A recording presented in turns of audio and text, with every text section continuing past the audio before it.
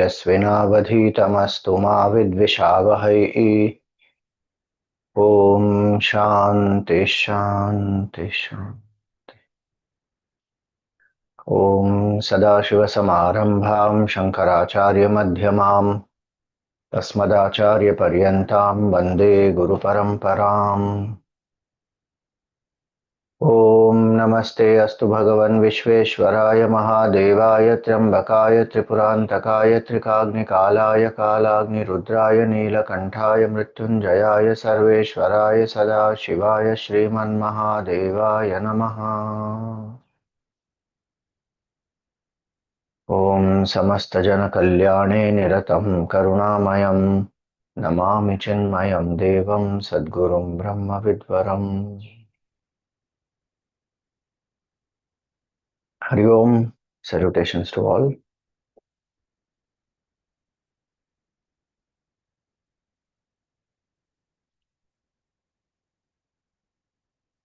The steps that we have been following in contemplation, they come from Kaivalya Upanishad. They are not just randomly created. And I'm saying this because sometimes people feel that, oh, do we have to follow all these steps? Can we not directly just chant Bhagavan's name or visualize the form? See, one wants to do, one can do whatever one wants. But the scripture gives a proper method. And when one has that clarity and one follows that process, the result also will be appropriate. So I'm just sharing here one mantra based on which these steps which we follow, they are there. Vivikta deshe cha sukhasanasthaha shuchish samagriva shariraha atyashramastha sakalendriyani nirudhya bhaktya swagurum pranamya hṛt-pundarīkam virajam vishuddham vichintya madhye vishadam vishokam. This is one mantra. So when one sits in a solitary place, undisturbed place, take a comfortable posture. And what should the posture be? Definitely the head, the neck and the spine must be in a straight line. Shuchihi, the mind has to be pure. So when we take those sankalpas, Shuchihi and Atyashramastha. Atyashramastha meaning I am only a seeker. All the other attitudes we let go. And we say I am still and steady, I am alert, awake, quiet, all that. Sakalendriyani nirudhya, having withdrawn all the senses. So not only physically we are not making any movements, but mentally also one is not craving for sense enjoyments. Then bhaktya swagurum pranamya, you salute the Sadguru, offer pranams to the Sadguru, seek the guidance and blessings. Then in the lotus of your heart, invoke the form of Bhagavan, do the mantra japa, do the contemplation. There the choice is there. If I don't want to do the form, I can use the formless. So here the pointers of the formless have been given. That meditate on that consciousness, which is virajam, which is free from any taint, which is the purest, vishuddham, vichintya madhye, vishadam, beyond grief, and vishadam, clear, and vishokam, beyond grief. So this is about the formless contemplation. And when the Kashi Vishwanatha Stotram tomorrow we complete, then we take up Kashi Panchakam, that is about formless. Shivoham, Shivoham, that is about the formless. So this is one, and then you have the form that has been given. So these are again pointers of the formless in the Upanishad, Achintyam Avyaktam Anantarupam. And then there is the form also. If one doesn't have the capability to contemplate on the formless, then Uma Sahayam Parameshwaram Prabhum. त्रिलोचनं नीलकण्ठं प्रशान्तं ध्यात्वा मुनिर्गच्छति भूतयोनिं समस्तसाक्षिं तमसः परस्तात्. So this is the base, Kaivalya Upanishad. There Hrit is said. In other places it will also be Bhru or Madhye, between the two eyebrows. So this or this, either of the places is the focal point of concentration. Now coming to Kashi Vishwanatha Stotram, the verses we have seen so far, the 6 verses that we have seen so far, they have been about the form of Bhagavan, about his qualities, about his leelas. In the 7th one is the attitude with which one should contemplate, one should meditate on the Lord. Asham vihāya parihṛtya parasya nindām पापे रतिं च सुनिवार्य मनः samādhau आदाय hṛt-kamala-madhya-gataṁ pareśaṁ Vārāṇasī pura-patiṁ bhaja Viśvanātham. So here he says, Asham vihāya, having dropped, renounced desires. Parihṛtya parasya nindām, and also abandon criticism of others. Pape ratiṁ cha, and also drop what? The pleasure one gets by doing wrong things, prohibited things or sins. Manaḥ samādhau, and sunivarya manaḥ, having withdrawn the mind from everything else, absorb it in samādhi. Sunivarya manaḥ samādhau. Adāya hṛt-kamala-madhya-gataṁ pareśaṁ. That Supreme Lord who is pareśa,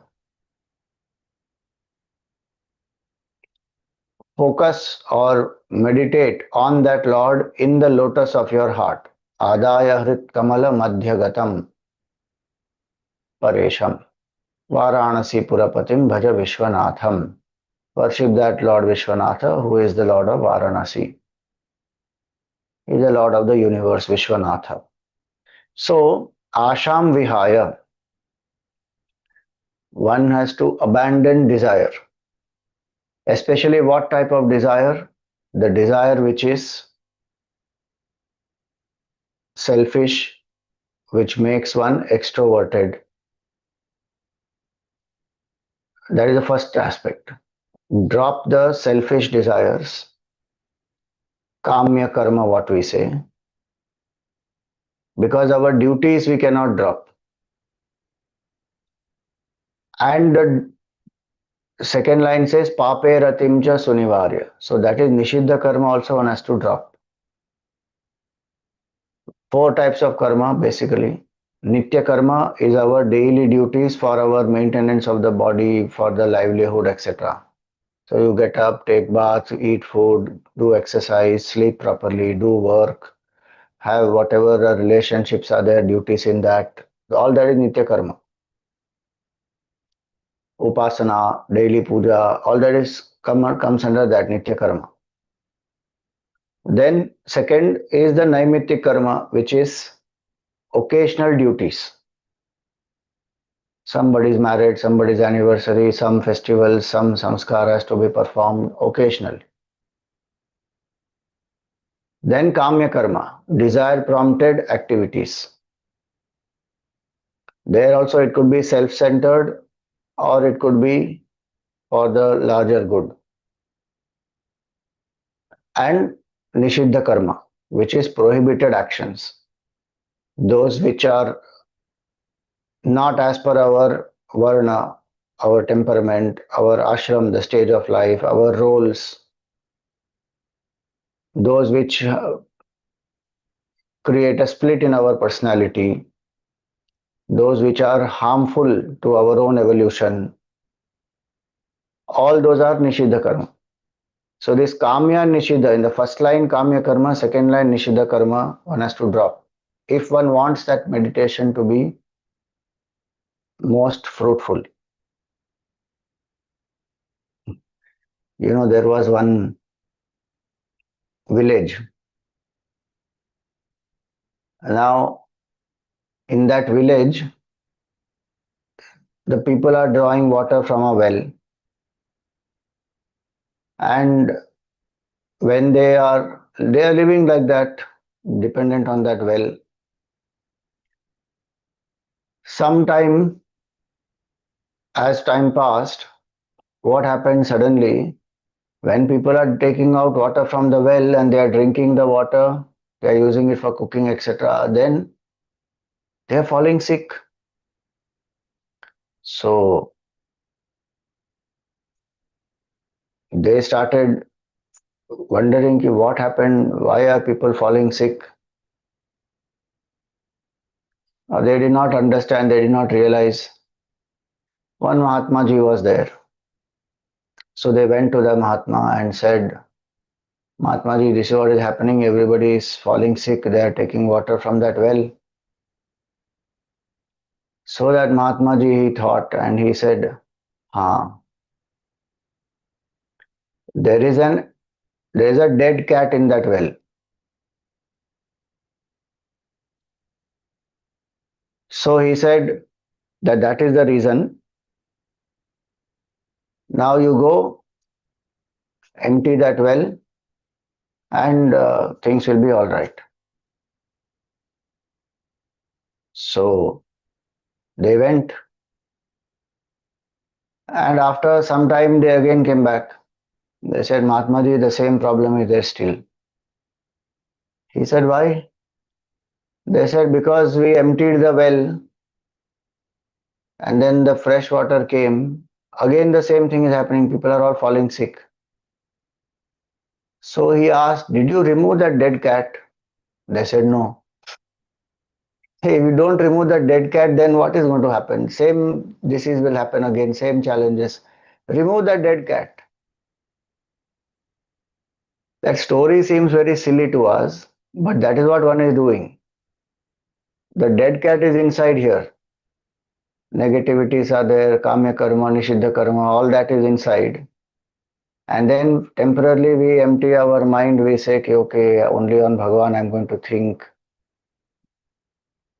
But what is there inside, that jiva bhav which is there, or that attitude of doing some nishiddha karma which is there, that is not going. That one doesn't want to drop.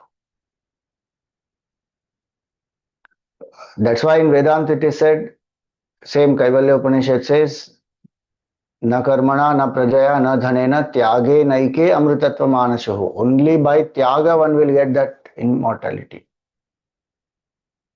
What is the dead cat inside my mind? Those impurities I have to drop. I have to remove them. Otherwise, I can bring as much fresh water. See, that's another way to understand. This example may have a limitation. If I keep bringing the fresh water, at the same time I let go of the negative, then my mind will be purified. But if I don't want to let go of the negative, I can keep adding as much fresh water, but I hold tight to my negativity, then the impact of that positive thought process, divine thoughts, will be very limited. Then one wonders, why am I not transforming in my sadhana? That's because I'm not letting go of the negative, of that which is limiting, which is binding. So, asham vihāya, drop the desire which makes the mind dependent, extroverted. Nitya naimitic karma we cannot drop, and we should not drop. Generally, we do that only. What we should drop, we don't drop. What we should not drop, that we are ready to drop. Duties, work, consistent exercise, seva, sadhana, easy to drop. I dropped it. Addictions, attachments, certain types of enjoyment, that which we should drop, that we are holding on tightly to. and then meditate in the morning. How it will work?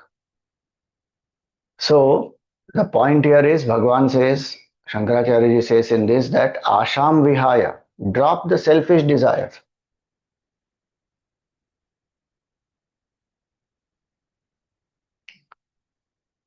Desire, if you rearrange, you will get reside. Desires reside in the mind. They are not the nature of the self.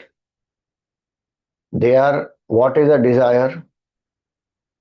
Desire is a sense of incompleteness. When there is a feeling of incompleteness, then I feel I want to be complete by going here, eating there, doing this, becoming that. And that sense of incompleteness comes from where? Identifying with the body, mind, or intellect. So then, when I feel incomplete, then the desire arises. And then the desire arises, then my mind becomes extroverted. Why? Desire, Gurudev used to say, desire manifests in the intellect, creates thought patterns in the mind, emotions in the mind, actions at the body level, mind is extroverted. So tamasic desire to rajasic desire to sattvic desire to desirelessness, that is the journey. Our mind says, Swamiji, desire now I have to drop. Tomorrow morning onwards I am not attending meditation. Why? Drop the desire to meditate. Simple, ho gaya na kaam.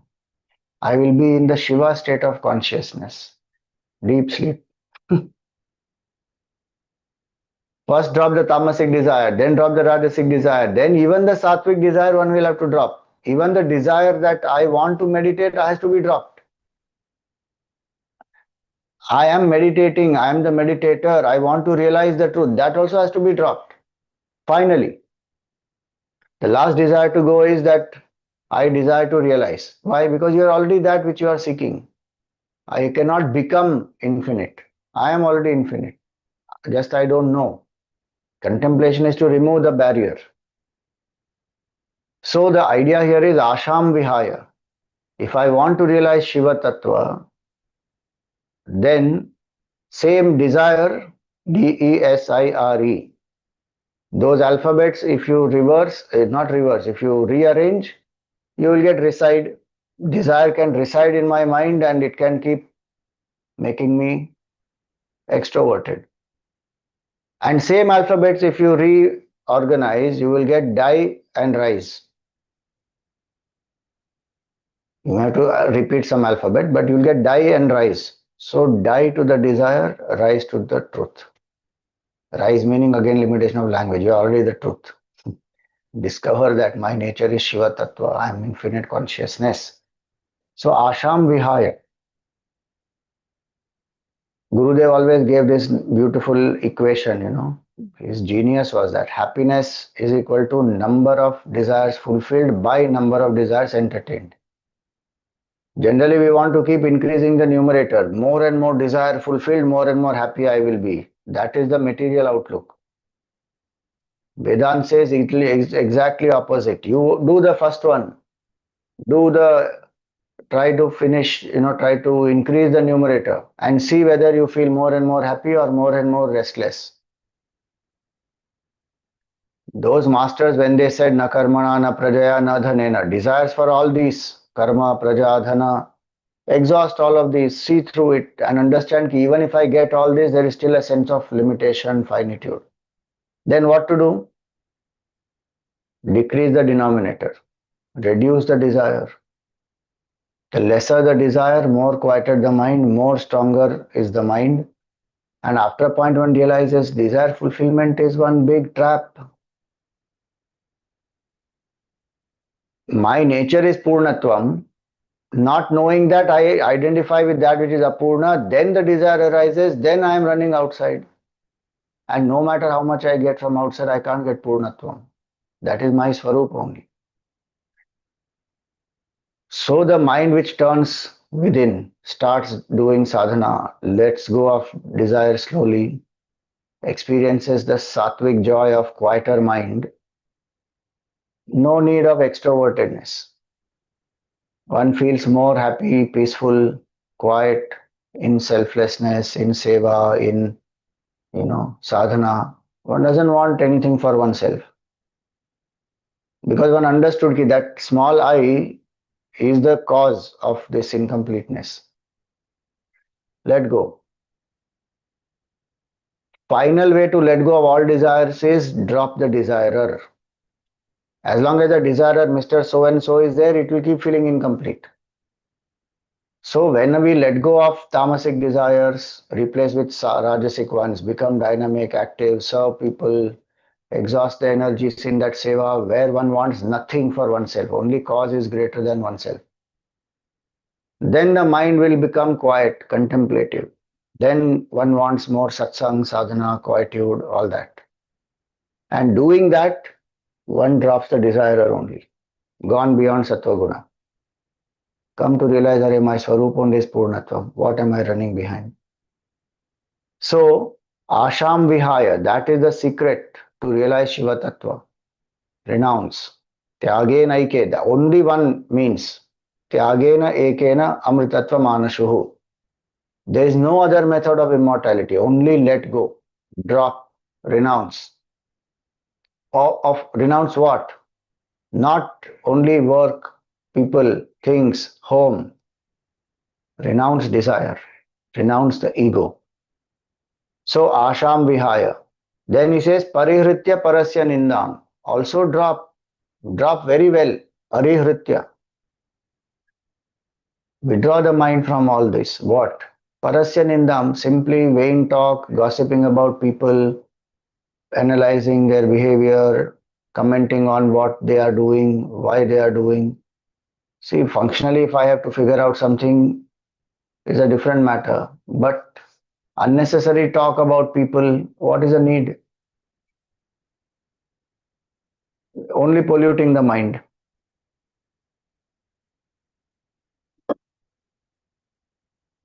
If I am not secure within myself, I find joy in pulling others down. That is such a terrible quality. Because one can't see the goodness of others. Because one is not secure, happy within. And one feels joy by criticizing others, condemning others, pulling them down, gossiping about them, feeling superior to them. Kya, they are like this.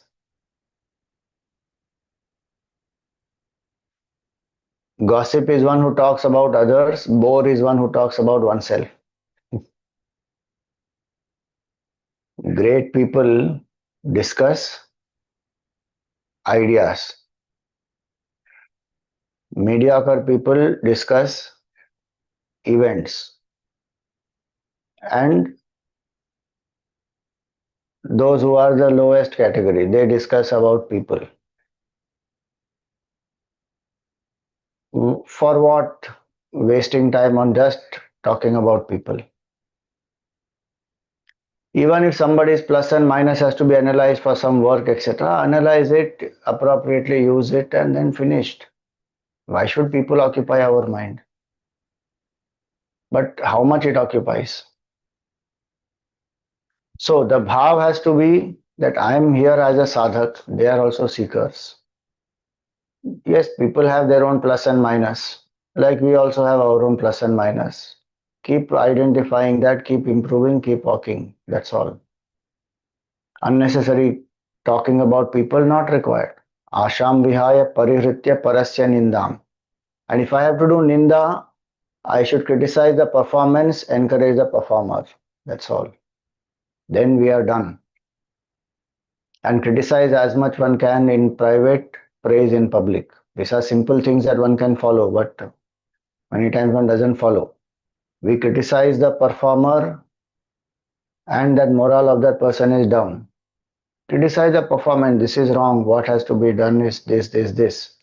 Encourage the performer, you did well in this areas you can improve. Objective as much as one can be. One should do that. So many factors like this are responsible for the low confidence in people, because either they have not felt the love from within as well as from others, and they have been always criticized or condemned, or people have looked down upon them. So one grows with insecurity then. Or one compares, looks at people and then feels lesser. Many reasons can be there. But what is important is we can act out of love, invoke positivity within us. First, I have to see the goodness. That is another thing to train the mind.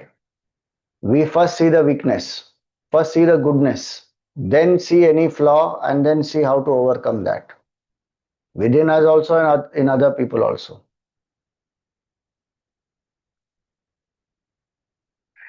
My teacher always used to say, he says that before you see God in others, see the good in them. If we can't see good in them, where will we see God? Same thing applies to us. We have to see our goodness. If I see the goodness in me, then I will feel strong, I will feel happy. Otherwise, I don't see goodness in me. I keep seeing only my flaws. I keep thinking I am not worthy, I am not good enough, I am not great, I could have been like that, I should have been like that, I am not like this, I have wasted my time, I don't know what I will do in life. Our self-talk is so negative, then we can't see the good in others. Then we will also see, the negativity. Then we will gossip. So see the good, pay attention to the positive talk, self-talk. That's why the Vedic mantra says, Tanme manaḥ Shiva sankalpamastu. May my mind have auspicious resolve. May my mind have auspicious thoughts. So asham vihāya parihṛtya parasya nindām. Pape ratiṁ cha sunivā. Withdraw the mind from the pleasure it derives out of prohibited actions. Papa is the karma phala actually, of the nishiddha karma. What is not to be done, when we do, we get papa. And what is to be done and we don't do that duty, that also gives papa. Both these. The shloka here is not only saying you drop doing the nishiddha karma and so you pape ratiṁ. It is saying you drop the pleasure you derive out of doing the prohibited thing, because that is the motivation to do the prohibited thing. One enjoys drinking, alcohol, cigarette, drugs, one is enjoying.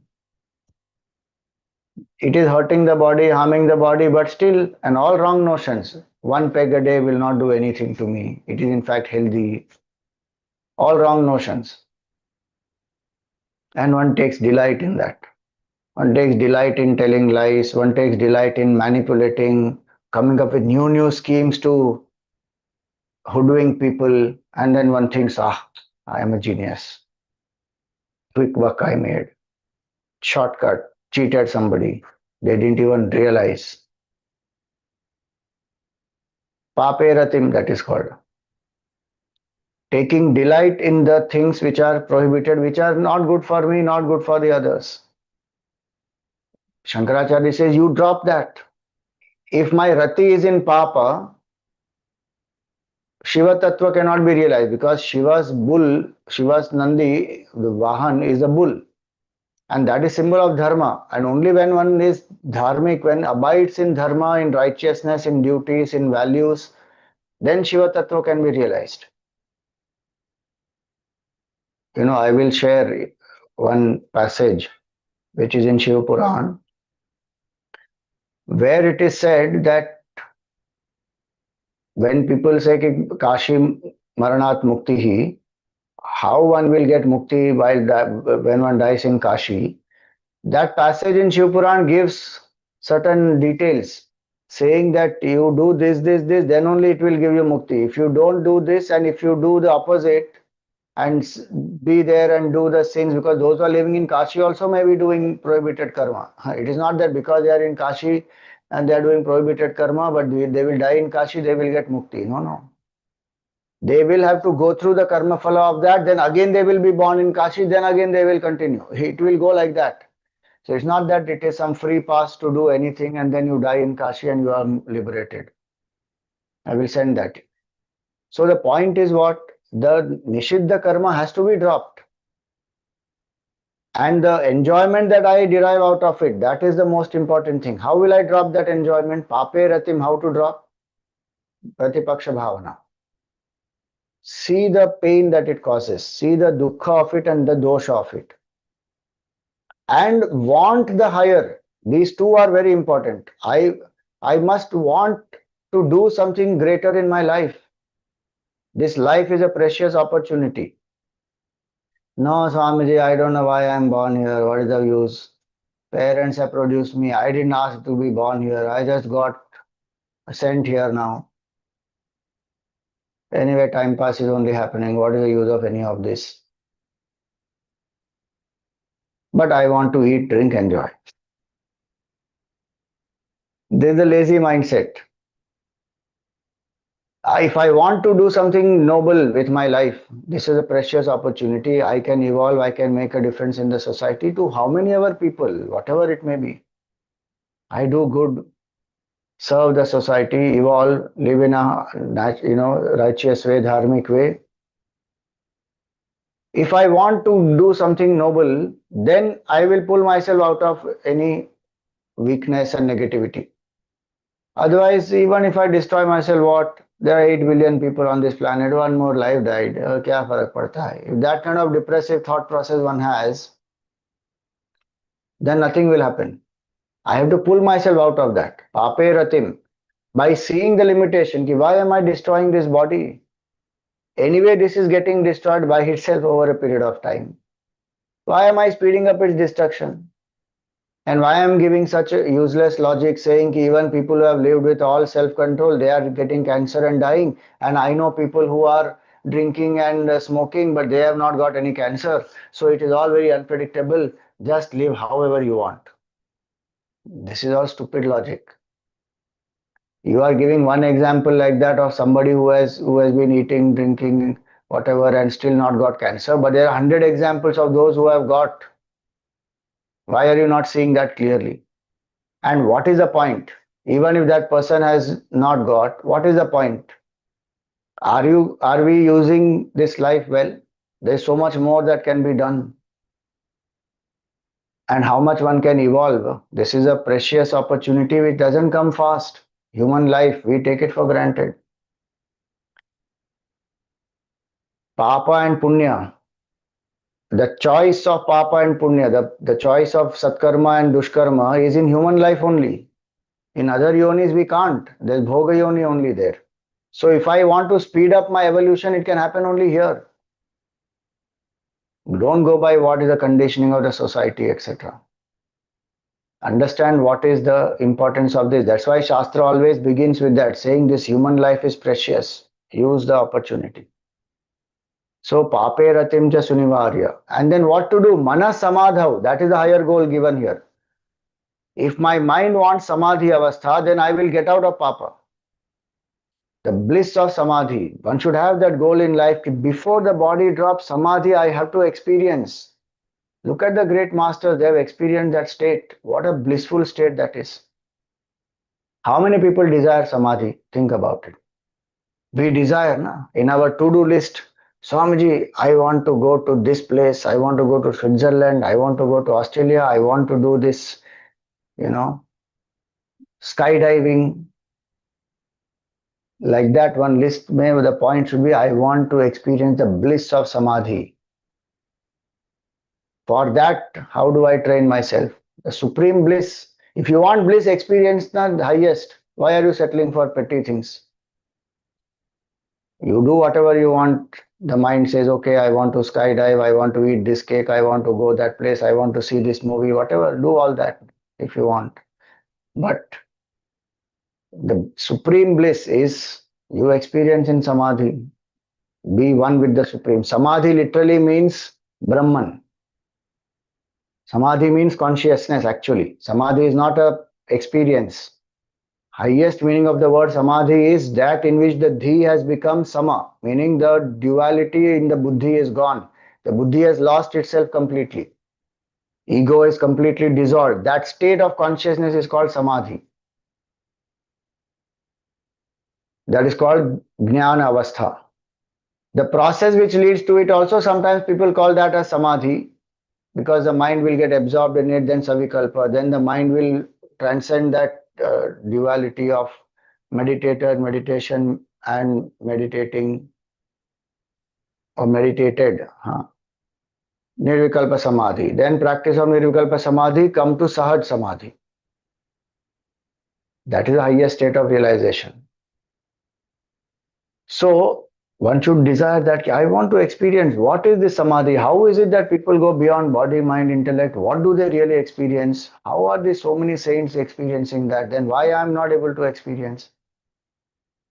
That kind of a higher purpose when I have, then my work, my values, everything will fall into place, because my work I dedicate to Bhagavan, do it selflessly to prepare for samadhi. My values I follow not because I want to please anybody, not because others are following, so I am following. If they don't follow, I will not follow. Because if my mind is in a state of values, of dharma, of doing duties, ego has become very less. With that, when I do sadhana, I will go into samadhi. Everything falls into place when I have that clarity. Then tamoguna, why should I wake up early? Because you want to experience samadhi, you want to experience your own true state. That higher goal will help me to come out of this. That's why Gurudev said attach and detach. Two-word summary of spiritual sadhana is attach and detach. Attach to the higher, detach from the lower. Pape ratiṁ cha sunivā manas samādhau. How will I experience that samadhi? Dāya hṛt-kamala-madhya-gataṁ pareśaṁ. In the lotus of my heart, invoke the glorious form of Bhagavan. Dāya hṛt-kamala-madhya-gataṁ pareśaṁ is the Supreme Lord. Have that bhavana that Bhagavan, the creator of the whole universe, is in my heart. As consciousness, aham, aham, aham, or even visualize as a form, specific form, and surrender to that form completely. Let go of the entire ego. Say Bhagavan alone is, I am zero, I am nobody. If you want to say I am an instrument, I am an instrument. Bhagavan is the karta, harta, dharta. Everything is Bhagavan only. That is called Adaya hṛt-kamala-madhya-gataṁ pareśaṁ. So this is the sadhana. The next shloka also tomorrow that we will take up, it will also give similarly. But those are qualities of Bhagavan which we can inculcate, which will again help in realizing the truth. So today we will meditate on again Kashi Vishwanatha Bhagavan's linga and bring the mind to that state of quietude, of samadhi.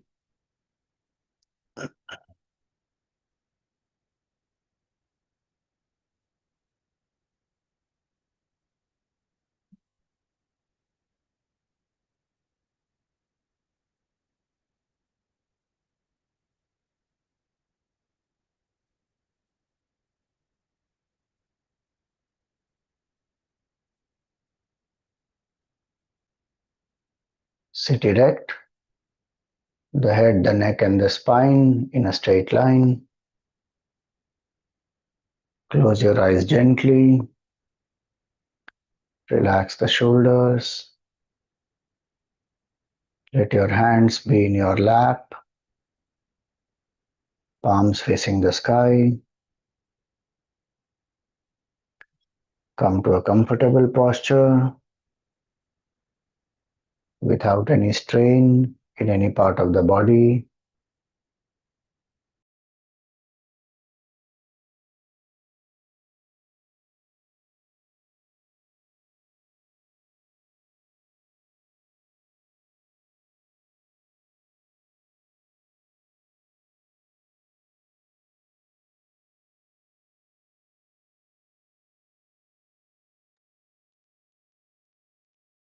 Invoke gratitude in your heart.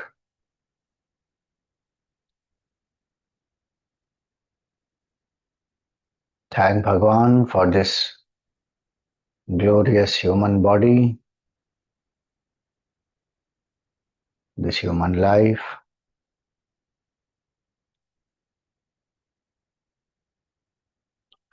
It is Bhagavan who is sustaining it.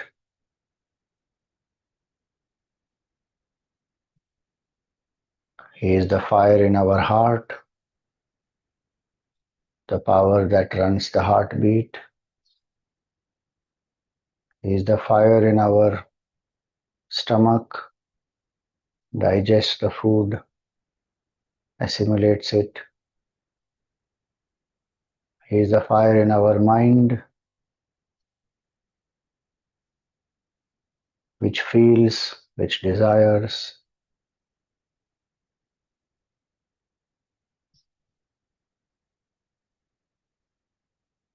So thank Bhagwan for this glorious human life.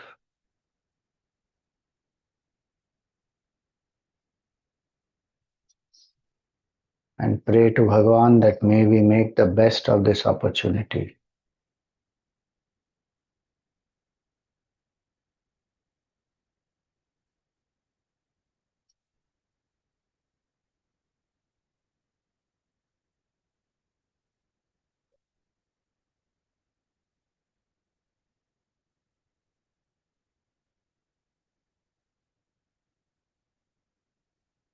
Thank Bhagwan for all the good qualities that you have. Identify two good qualities in you which you think are your best qualities.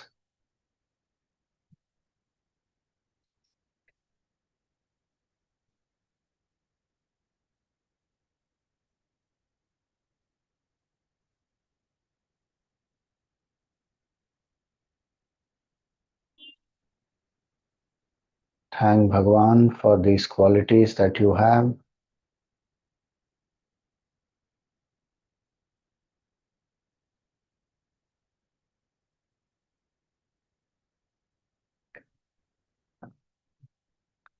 And pray to Bhagwan that your positive talk, self-talk is positive.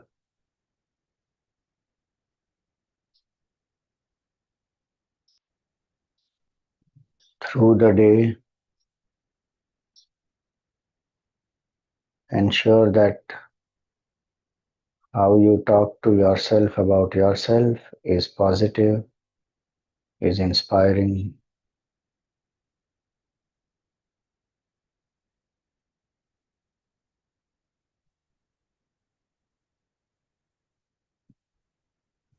Shiva means positive, auspicious.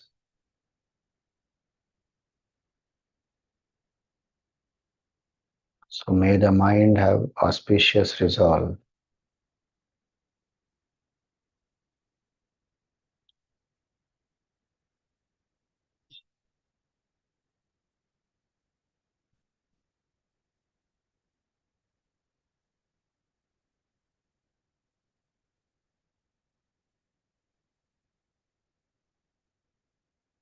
I am good,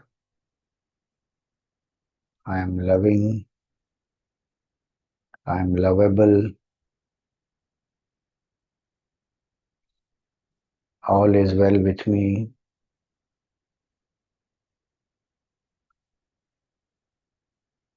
I am improving in my weaknesses.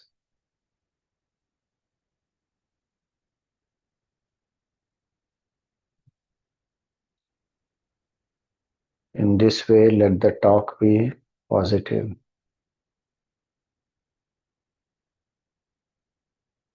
Feel this as you say it.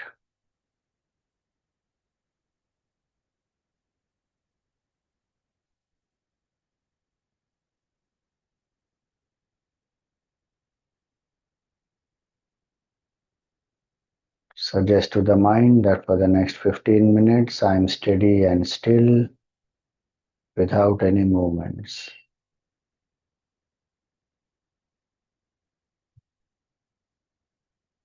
I am alert, awake, and quiet.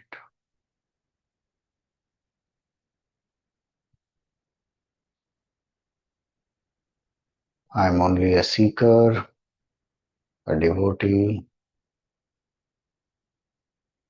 and my goal is self-realization.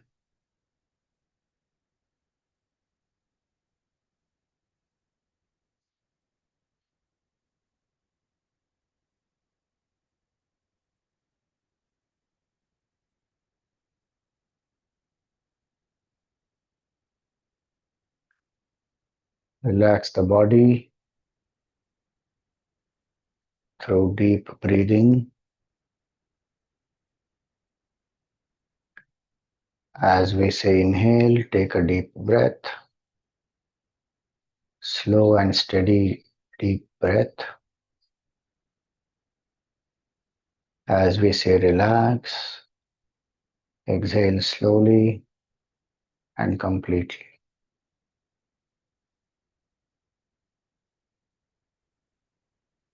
Exhale all the air.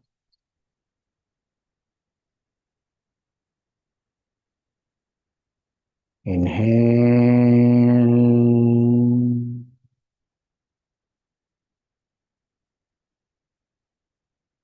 Relax.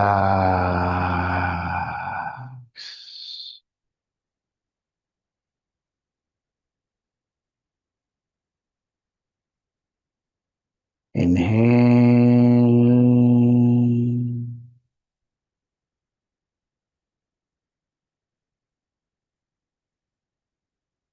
Relax.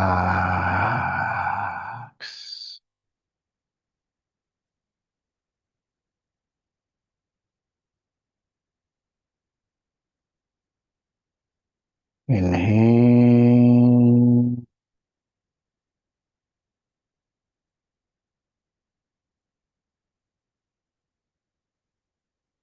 Relax.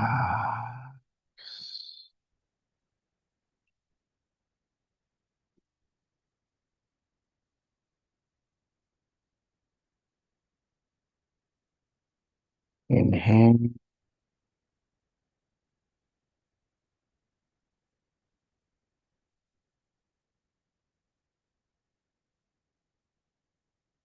Relax.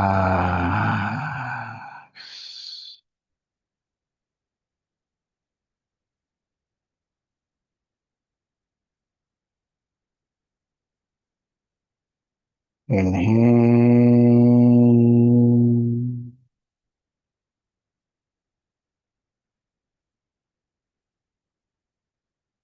Relax.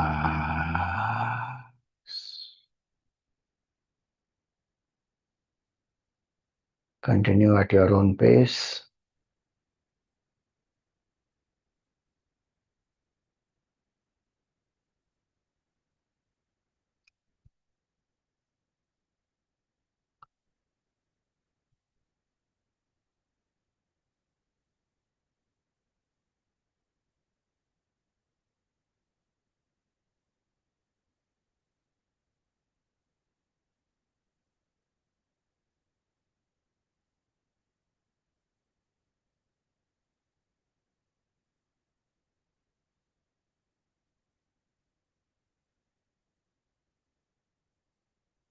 In the space between the two eyebrows or in your heart, visualize a circle of white light.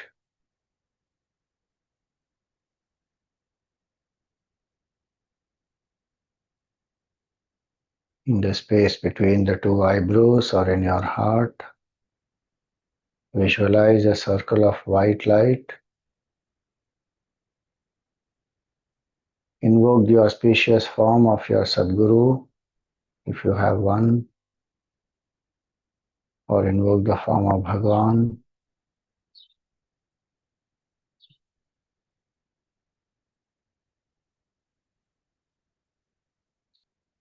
Feel that you are in front of your Sadguru.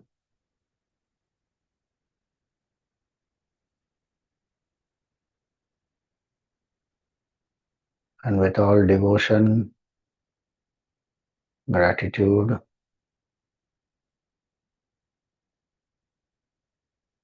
chant Gurur Brahma Gurur Vishnu Gurur Devo Maheshwaraha Guru Sakshat Parabrahma Tasmai Shri Gurave Namaha.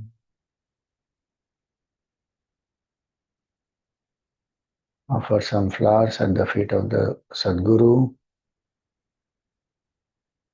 Perform a pradakshina. Come to prostrate in front of the Sadguru.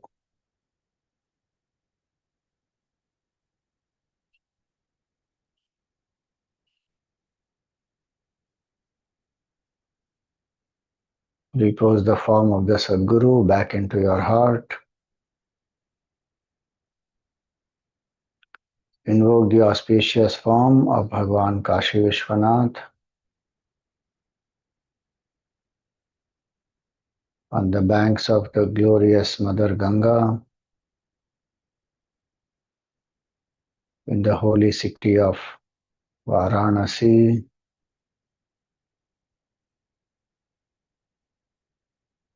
We meditate on this auspicious form of Bhagavan.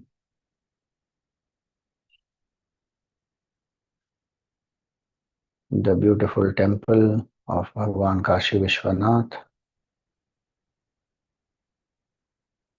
in the sanctum sanctorum.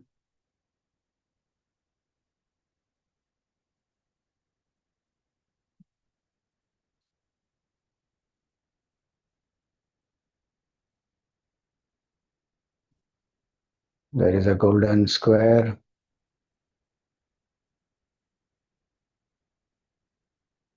within which is a golden yoni. Inside the ground,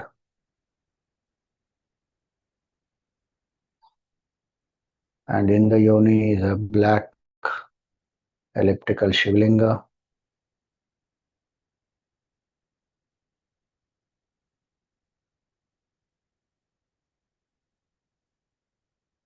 Feel that you are having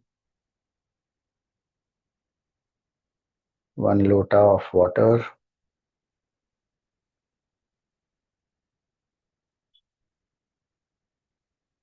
and any selfish desires which are there, which boost our ego.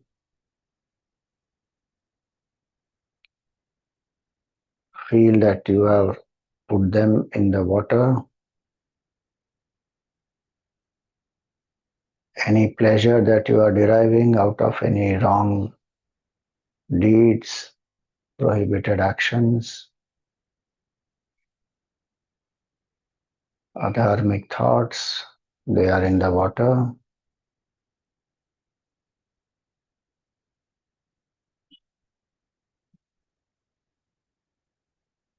And any tendencies to gossip, to talk ill about people, they are also in the water.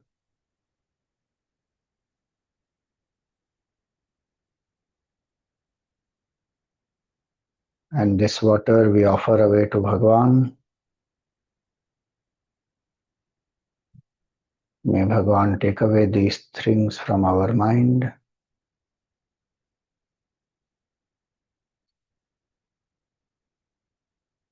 So as you offer the Abhishek, we chant Om Namah Shivaya.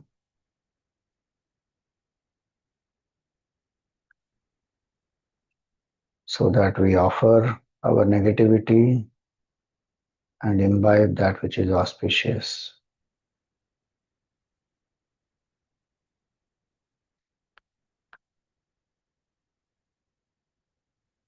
We will chant 27 times.